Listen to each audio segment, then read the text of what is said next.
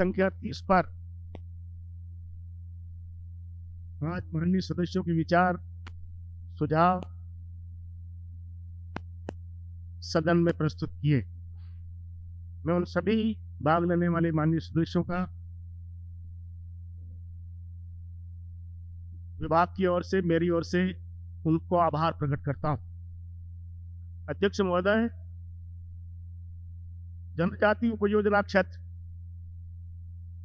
उदयपुर संभाग के 5 जिलों की 23 पंचायत समितियों के माध्यम से गठित किया गया है।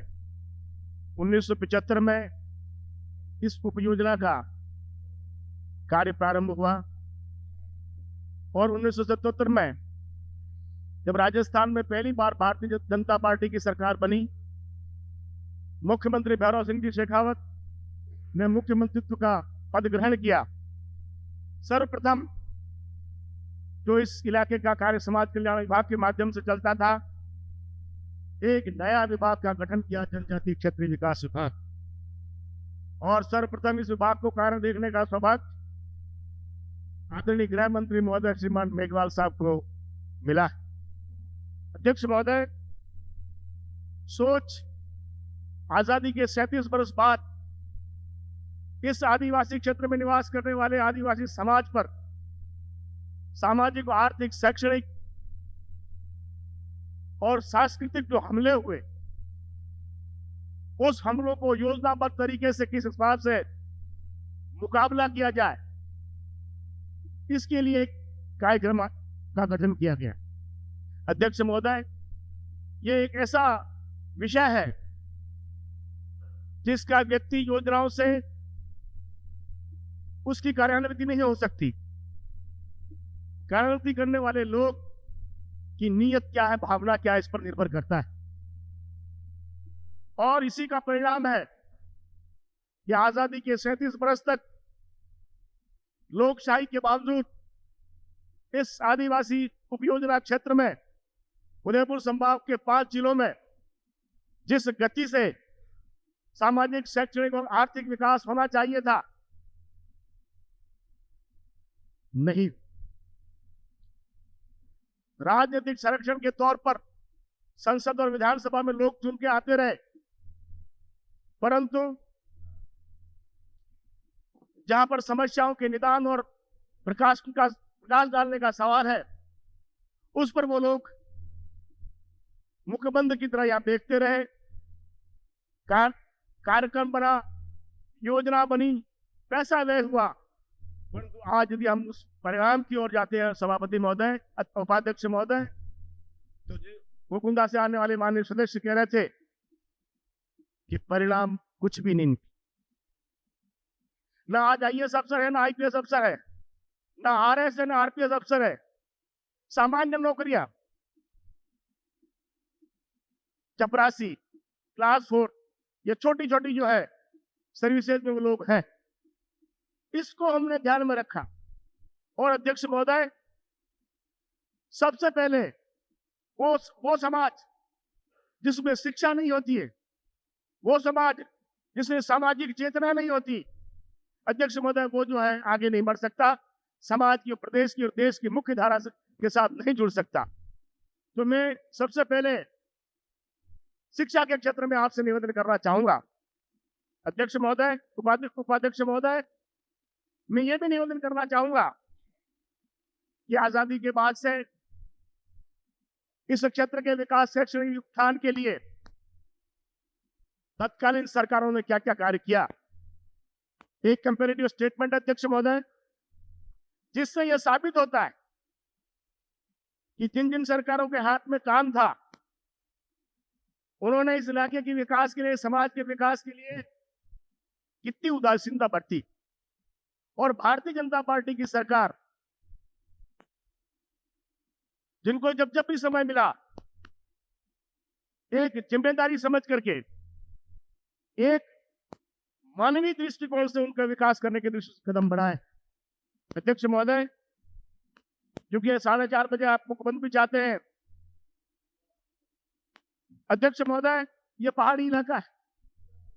जाखम, माही, सोम कमला, अंबा, सोम कागदर, ये बड़े बड़े बृहत सिंचाई परियोजनाएं, मध्यम परियोजनाएं भी यहाँ पर अध्यक्ष उपाध्यक्ष महोदय, और इसी तरह से लघु सिंचाई परियोजनाएं। इन परियोजनाओं से अध्यक्ष महोदय माई से लगभग 7,500 आदिवासी लोग प्रभावित हुए, कटारा से भी इसी प्रकार लोग प्रभावित हुए, सोम कमला अम्बा से प्रभावित हुए। राज्य सरकार ने उनको विस्थापित नहीं किया गया, उनको मुआवजा दे दिया गया अध्यक्ष उपाध्यक्ष महोदय, और उनको अनाथ की तरह जंगल में छोड़ दिया।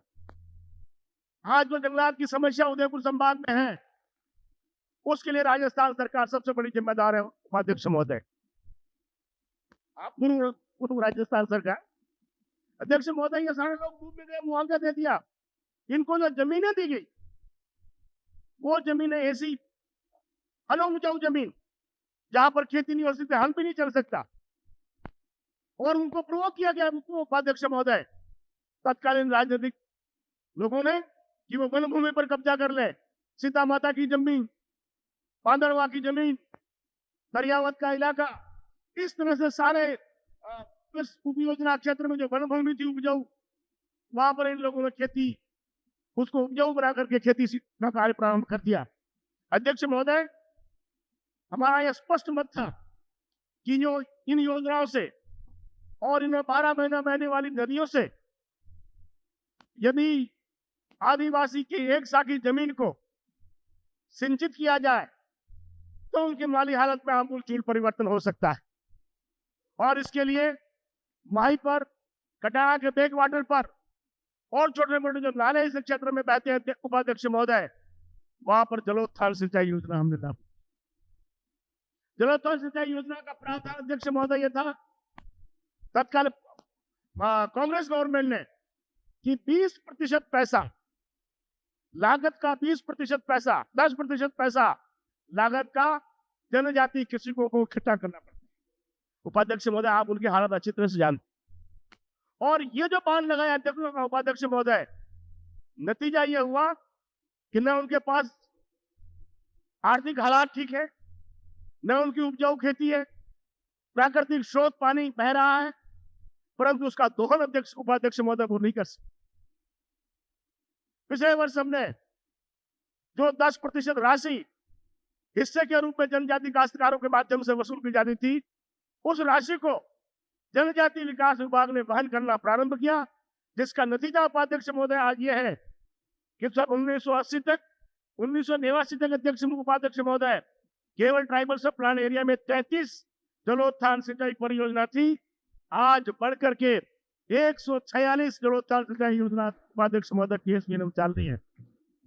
उपाध्यक्ष महोदय, इसी तरह से लगभग बांसवाड़ा जिले में 72 हमने कैसे ये लिफ्ट स्कीम आइडेंटिफाई करवा ली है, जो वहां के काश्तकारों को लिफ्ट के जरिए सिंचाई करने का लाभ दिया जा सकेगा। उपाध्यक्ष महोदय, वो पहाड़ी क्षेत्र लघु सिंचाई की काफी योजनाएं वहां पर लागू की जा सकती है। छोटे छोटे एनीकट के जरिए वहां की जमीन सिंचित की जा सकती है, वहां का वाटर लेवल को ऊपर बढ़ाया जा सकता है।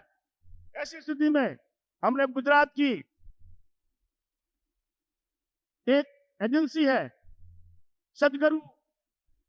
सदगुरु वाटर डेवलपमेंट एजेंसी, उसके माध्यम से अध्यक्ष महोदय उपाध्यक्ष महोदय पिछले साल पूरे ट्राइबल सब प्लान एरिया में हमने इस बात का सर्वे कराया कि कहाँ कहाँ एनीकट और तालाब बन सकते हैं।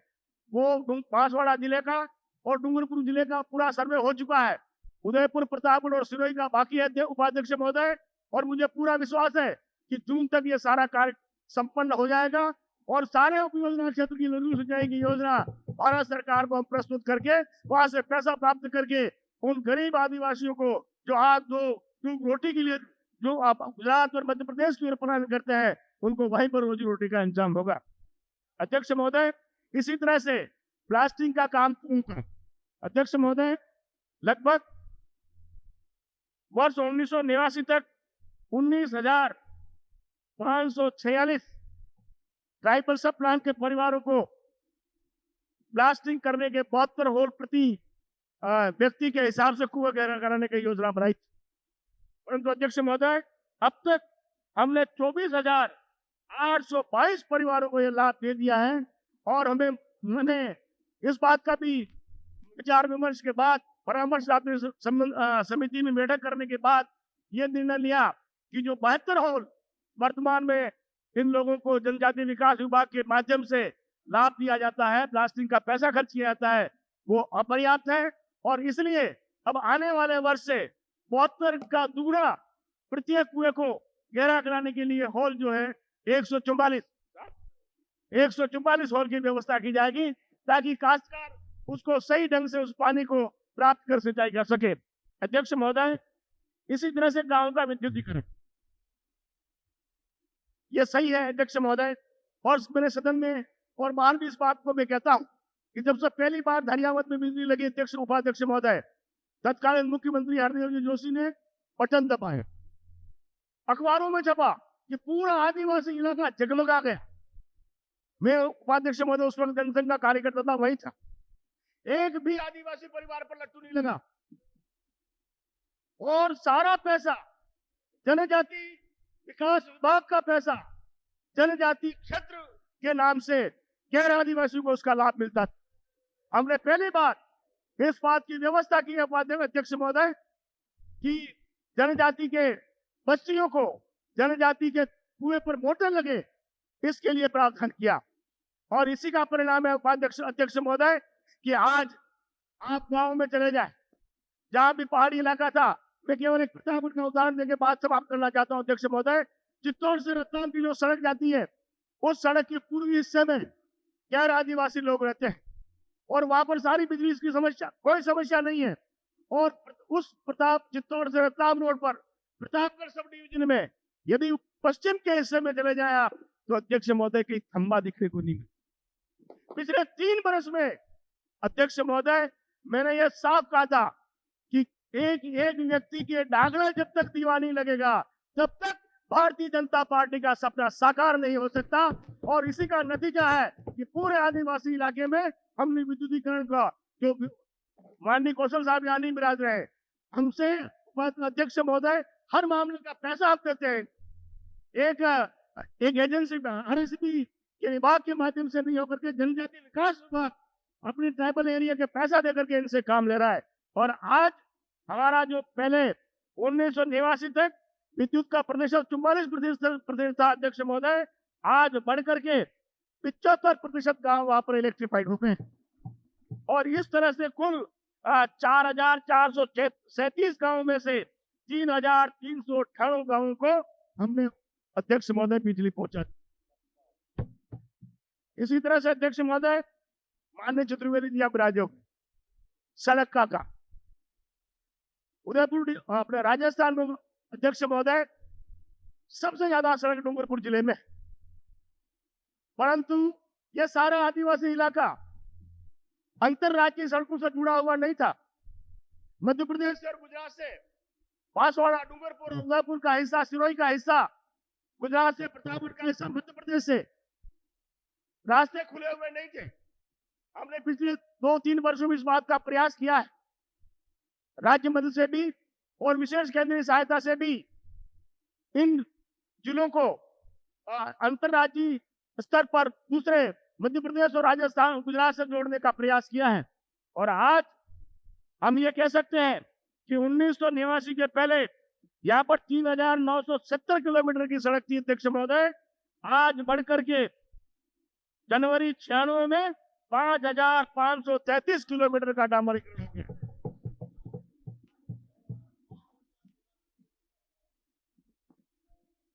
और इसी तरह से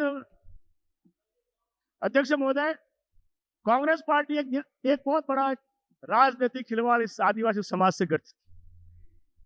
उनका यह स्पष्ट मत था कि यदि इन लोगों में शिक्षा आ गई, यदि इनमें चेतना आ गई, ये पढ़ लिख करके होशियार हो गए, तो हमारे कब्जे से निकल गए। अध्यक्ष महोदय सन 72 में मैं जब मुझे सर्विस छुड़ा करके जनसंघ से धरियावाद का उम्मीदवार बनाया, उस वक्त मेरे ऊपर भी ये डोर डाले गए कि तुम कांग्रेस में क्यों नहीं आते हो, जनसंघ में क्या रखा है, कुछ नहीं, जिंदगी भर सड़ जाओगे, कांग्रेस में आओ, टिकट दे देंगे, MLA बना देंगे, फला कर देंगे। तो क्या होगा, उसका मतलब जो भी लोग पढ़ लिख करके होशियार निकले, उन पर, उनकी गतिविधियों पर, उनकी भावनाओं पर, उनकी विचारधारा पर बराबर इनकी गिरद दृष्टि लगी रहती थी और ये सोचते थे कि हम तो ये बागी बनकर दूसरे राजनीतिक दल में नहीं चले जाए और उनको कांग्रेस में डालते थे। तो इसी का कारण था कि शिक्षा का विस्तार नहीं, छात्रावासों का विस्तार नहीं।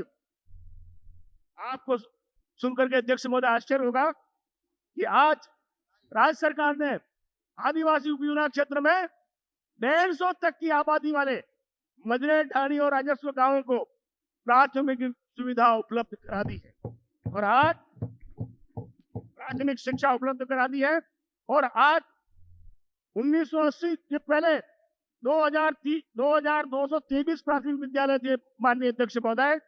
1989 में ये संख्या बढ़कर के 2728 हुई और अध्यक्ष महोदय जनवरी 96 में आश्चर्य होगा 3403 प्राथमिक विद्यालय हमारे वहां पर चल रहे। इसी तरह से माध्यमिक विद्यालय 89 तक 715 माध्यमिक विद्यालय थे अध्यक्ष महोदय और आज 287 माध्यमिक विद्यालय चल रहे हैं। इसी तरह से अध्यक्ष महोदय अब जहां तक सवाल उठता है शैक्षणिक सुविधा मुहैया कराने का, क्योंकि यह सत्य है कि इस समाज की क्रय शक्ति नहीं है, पुस्तक नहीं खरीद सकता, कॉपियां नहीं खरीद सकता, उसके लिए छात्रावास की आवश्यकता पड़ती है। 1900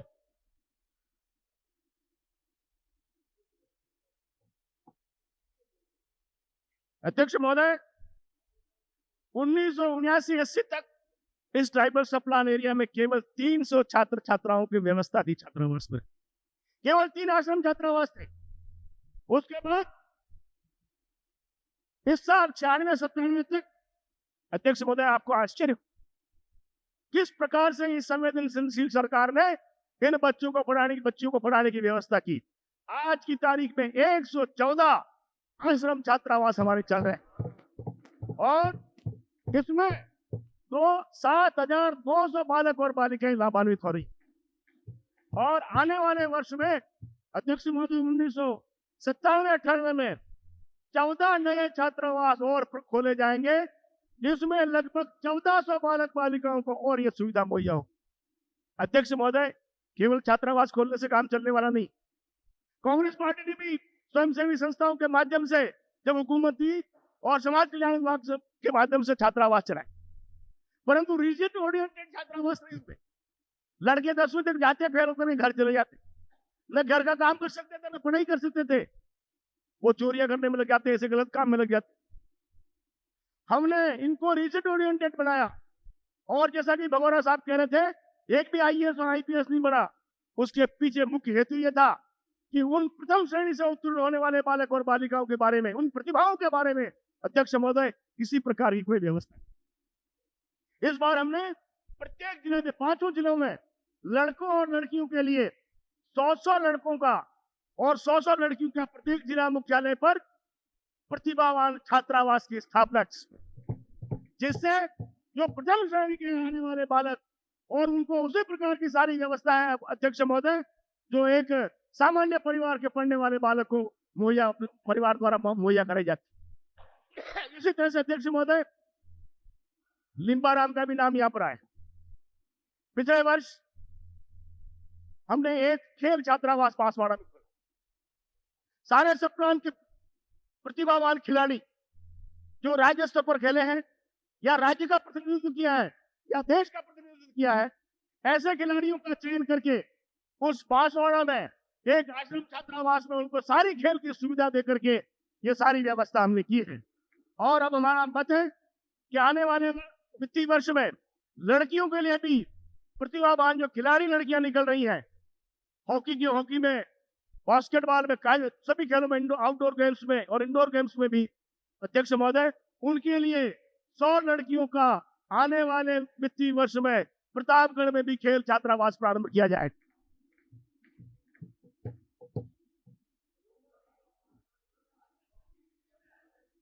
आवासीय विद्यालय अध्यक्ष महोदय 200 छात्रों की संख्या थी। 2 आवासीय विद्यालय,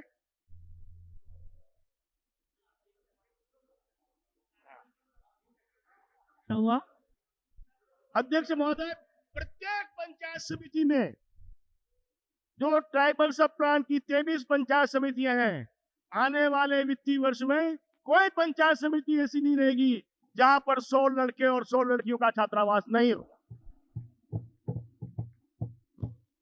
परंतु आप अध्यक्ष महोदय, आप भी अच्छी तरह से परिचित हैं कि आज बांसवाड़ा का कुशलगढ़ का इलाका, पिपलकोट का इलाका, बागीदोरा का इलाका, चित्तौड़गढ़ जिले का प्रतापगढ़ और हरनौत, उदयपुर जिले का धरियावत, सलूमर, सराड़ा, हाड़ोल और कोटड़ा, और आबू रोड का इलाका सिरोही जिले का, ये अध्यक्ष महोदय, इन इलाकों के साथ राजनीतिक भेदभाव कांग्रेस गवर्नमेंट ने किया।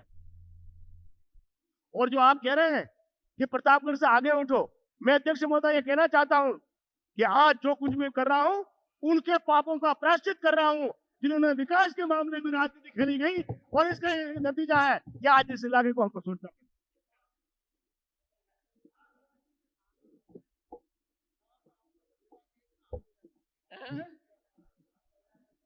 अध्यक्ष महोदय, माननीय सार्वजनिक निर्माण मंत्री जी के प्रति मैं आभार प्रकट करता हूं। इन्होंने अध्यक्ष महोदय पिछले टाइम पर 1980 के पहले अध्यक्ष महोदय केवल 3 कॉलेज ट्राइबल सब प्लान एरिया, डूंगरपुर में, भैया बोलने दे, टोका टोके निकल रहे हैं, बांसवाड़ा का समय आने वाला है, डूंगरपुर में, बांसवाड़ा में और प्रतापगढ़। अध्यक्ष महोदय, माननीय उच्च शिक्षा मंत्री जी ने 3 साल में रिकॉर्ड तोड़ दिया। और अभी कुछ समय पहले प्रतापगढ़ पधारे थे आप। प्रतापगढ़ में लड़कियों के लिए महाविद्यालय नहीं, वो लोग मध्य प्रदेश, मंदसौर, नीमच, रतलाम, जावरा पढ़ने के लिए जाते हैं। आपने सहृदय उदार दिल से घोषणा की कि यदि प्रतापगढ़ की जनता भवन का निर्माण कर देगा तो तत्काल महाविद्यालय कन्याओं का खोल दिया जाएगा। मैंने इनके प्रति आभार प्रकट के बाद अच्छी बात है, और इसके बारे में मंथन चल रहा है। परंतु अध्यक्ष महोदय, मैं कहना चाहता हूं कि आदिवासी उपजिला क्षेत्र में 1900 कृपया नहीं बोले, कृपया टोका टोके नहीं, 1989 अब टोका टोके नहीं, बात हो गई। केवल 4 महाविद्यालय थे अध्यक्ष महोदय, और आज ट्राइबल सब प्लान एरिया में 10 महाविद्यालय चल रहे हैं। यह है सोच कि महिला शिक्षा और बालक और बालिका शिक्षा को सहशिक्षा के आधार पर पृथक महाविद्यालय खोल करके उस इलाके में शिक्षा का एक अलग से, मतलब जो अलग जगह ही है, उसके लिए मैं भी इनको व्यक्तिगत रूप से आभार प्रकट करता हूँ। पेयजल व्यवस्था के लिए अध्यक्ष महोदय, लारू से पीड़ित इलाका, डूंगरपुर जिला, बांसवाड़ा जिला, गर्मियों में लोग अपने खटिया पर घर में बंद सिसकते हुए अपने जीवन यापन करते, कोई उनकी परवाह नहीं करता था। नाड़ों से पानी पीते थे, नारू से मरते थे। और आपको उदाहरण, कुछ हमारे यहाँ सदस्य हैं सदन में जो नारू की वजह से अपाहिज भी हो गए अध्यक्ष महोदय।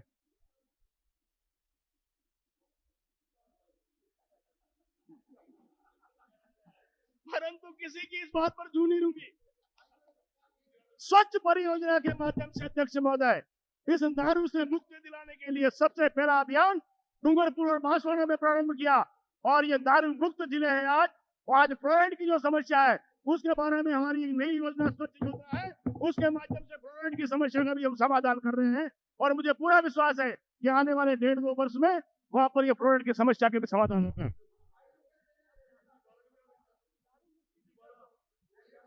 अध्यक्ष महोदय, तानाजी करी दारू मुक्ति भी कर दो। अध्यक्ष महोदय, मैंने माननीय मुख्यमंत्री से निवेदन किया है, आदिवासी इलाके में जिस तरह से बिहार में, मध्य प्रदेश में, उड़ीसा में, आंध्रा में आदिवासी को ट्रेडिशन उनके अपना है, क्या कहना चाहिए, परंपरा के आधार पर, उनकी सामाजिक मान्यताओं के आधार पर वहां पर यह शराब की बिक्री बंद होना चाहिए। और यह प्रस्ताव हमने हमारी परामर्शदात्री की बैठक पिछले अगस्त में बांसवाड़ा में हुई थी, उसमें हमने यह निर्णय लिया है कि आदिवासी इलाके में ये देसी अंग्रेजी शराब और गंगानगर शुगर मिल का शराब बंद हो रहा है।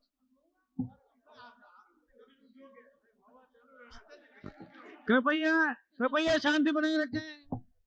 अभी एक माननीय मंत्री जी को और बोलना है, और 4:30 बजे मुखबंद का समय है।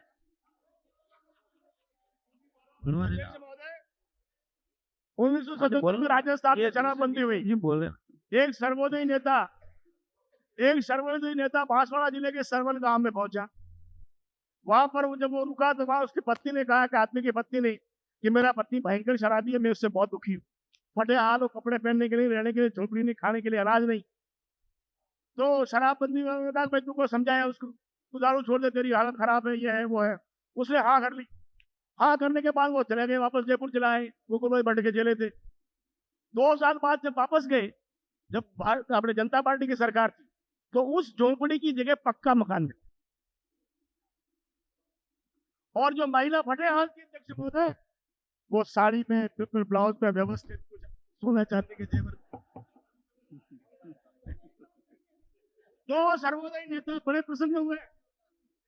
उनसे पूछा, अरे बहन मजा आ गया, आखिर तेरे पति ने मेरी बात मान ली, तेरी माली हालत सुधर गई, घर की स्थिति सुधर गई, का झोपड़ी की जगह पक्का मकान मिल गया। उन्होंने कहा अध्यक्ष महोदय कि भाई साहब, मैं भैरव सिंह जी शेखावत को बहुत बहुत धन्यवाद देती हूँ कि उन्होंने यहाँ पर शराबबंदी लागू कर दी। मेरे पति ने शराब तो पीते पर कभी एक दो पैक ले लेते, परंतु वो धंधा शराब का करते, महुआ का धंधा करते हैं। इस वजह से ये मेरी झोपड़ी की जगह पक्का।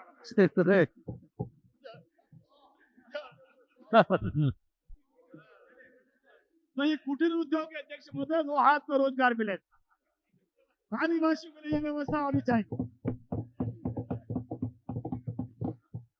अध्यक्ष महोदय, मैं वर्तमान में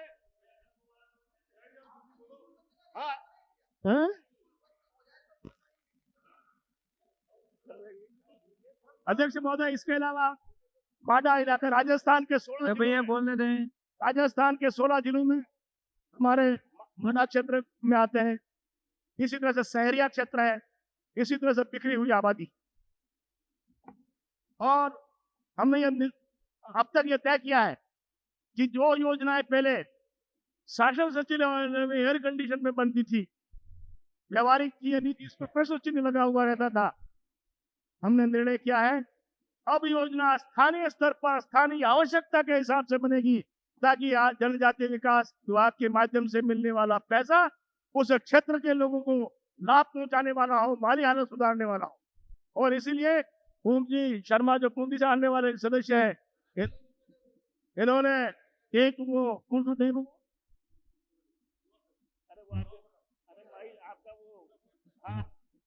गर्दा का, और मैं इनको आश्वस्त करता हूँ अध्यक्ष महोदय, हाँ, उसके लिए जितना भी पैसा भारत सरकार से प्राप्त होने पर इसी वित्तीय वर्ष में, आने वाले वित्तीय वर्ष में इनका प्रावधान किया जाएगा, ताकि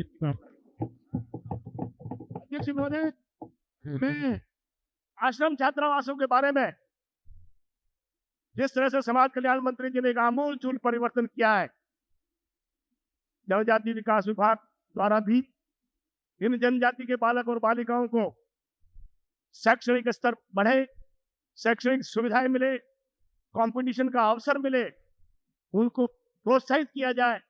इनको लेकर के हमने कुछ नई योजनाएं और कुछ नए उसमें प्रावधान किए हैं, जो आप निवेदन कर रहा हूं।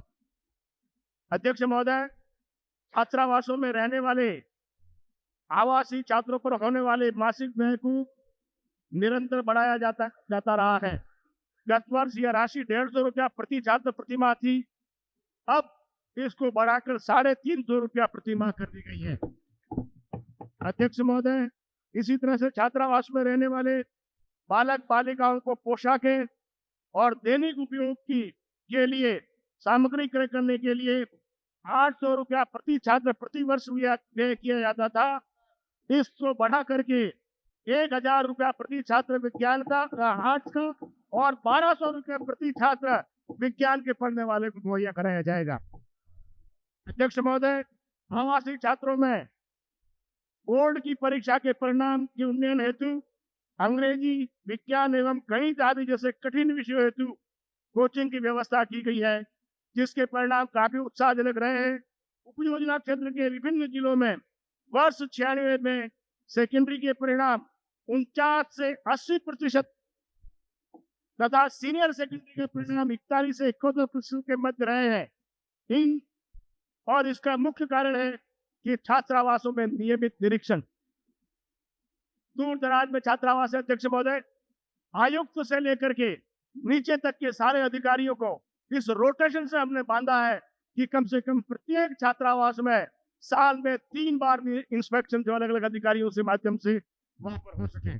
अध्यक्ष महोदय, बोर्ड की परीक्षा में प्रथम स्थान प्राप्त करने वाले शेड्यूल ट्राइब के छात्र छात्राओं को वर्तमान में 150 रुपया वार्षिक छात्रवृत्ति प्रदान की जाती है।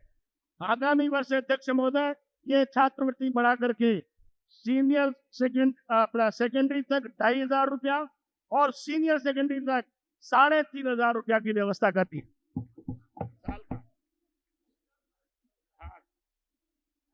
2,500 साल का। राज्य में उच्च व्यवसायिक शिक्षा प्राप्त करने वाले जनजाति के छात्र हेतु 1,000 की वर्तमान सहायता को बढ़ाकर अगले वर्ष से 2,000 रुपया किया गया है। राज्य के बाहर उच्च व्यवसाय शिक्षा प्राप्त करने वाले छात्रों के लिए वो राजस्थान की शान भी बनते हैं अध्यक्ष महोदय। आगामी वर्ष से एक नई योजना शुरू की जा रही है जिसके अंतर्गत मेडिकल एवं इंजीनियरिंग कोर्स हेतु 5,000 रुपया एवं अन्य कोर्स हेतु 3,000 रुपया प्रति छात्र को आर्थिक सहायता दी जाएगी। हाँ, आप जो जाएंगे इसके लिए स्कॉलरशिप के अलावा।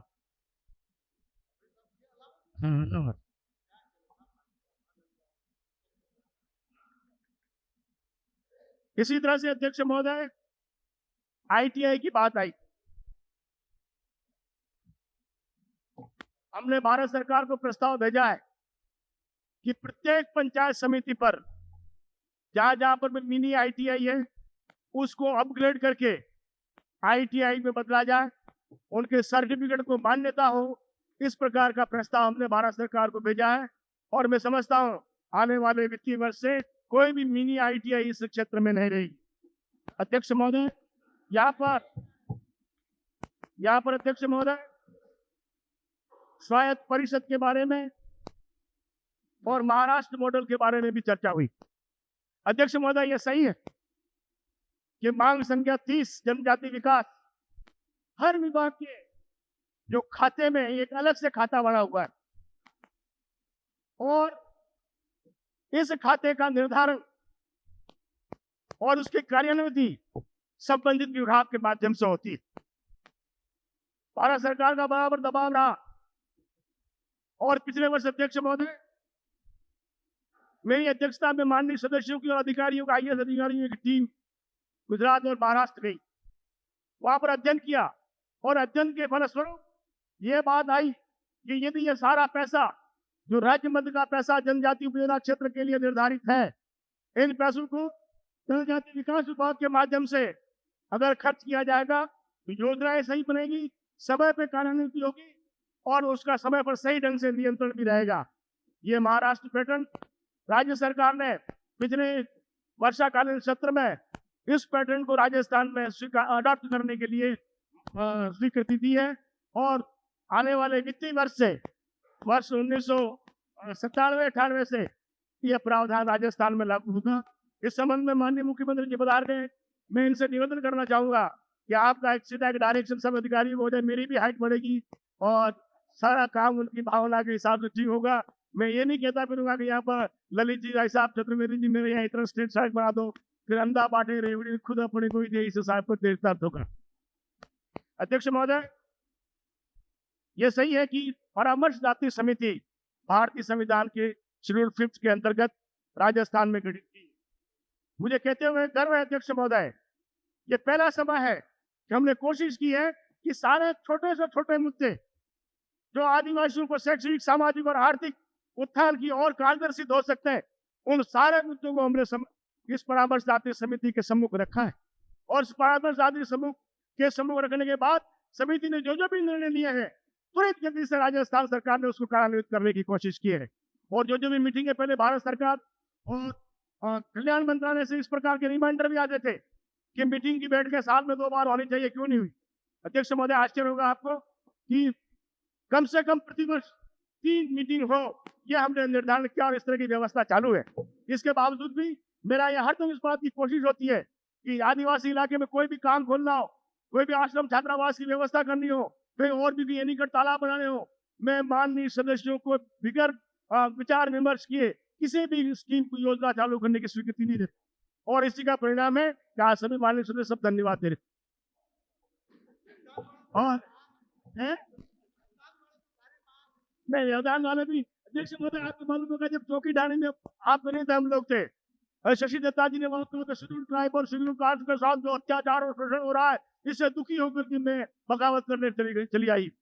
उस वक्त में टीवी के सामने मैंने इंटरव्यू दिया था अध्यक्ष महोदय और मैंने साफ कहा था कि मुझे कहते हुए गर्व है इस बात का कि माननीय शेखावत साहब के नेतृत्व में हम लोगों को काम करने का जो अवसर मिला है और उसमें हमने राजस्थान की जनता को यह बता दिया है कि जो योजना कांग्रेस के टाइम उस इलाके में लागू नहीं थी, जो योजना हमने लागू की और कांग्रेस की बेंचों ने जब पिछली बार वित्तीय वर्ष में इस जनजातीय विकास विभाग की मांगों पर वाद विवाद हो रहा था अध्यक्ष महोदय, उन्होंने प्रतिपक्ष ने भी तालियां बजा करके सराहना की थी। ये सारी योजनाएं बहुत बढ़िया चल रही अध्यक्ष महोदय। ऐसी स्थिति में है कि राजनीतिक षड्यंत्र अपना उल्लू सीधा करने का शक्लें बदल गई अध्यक्ष महोदय आज। हाँ मेरी की पीढ़ी अध्यक्ष महोदय कहने को तो बहुत कुछ है परंतु माननीय सदस्यों को इतना ही आश्वस्त करना चाहूंगा कि जनजातीय विकास विभाग का काम एक ऐसा संवेदनशील काम है जो केवल एक व्यक्ति के निर्णय से संभव नहीं हो सकता। इसलिए मैं माननीय सभी सदस्यों से इसके लिए सहयोग चाहूंगा कि समय समय पर मार्गदर्शन देते हुए उन गरीब लोगों को जो लंबे समय तक शोषित पीड़ित और प्रताड़ित है उनको जो है समाज की मुख्य धारा में जोड़ने में सहयोग करें। इन्हीं शब्दों के साथ सबके प्रति आभार।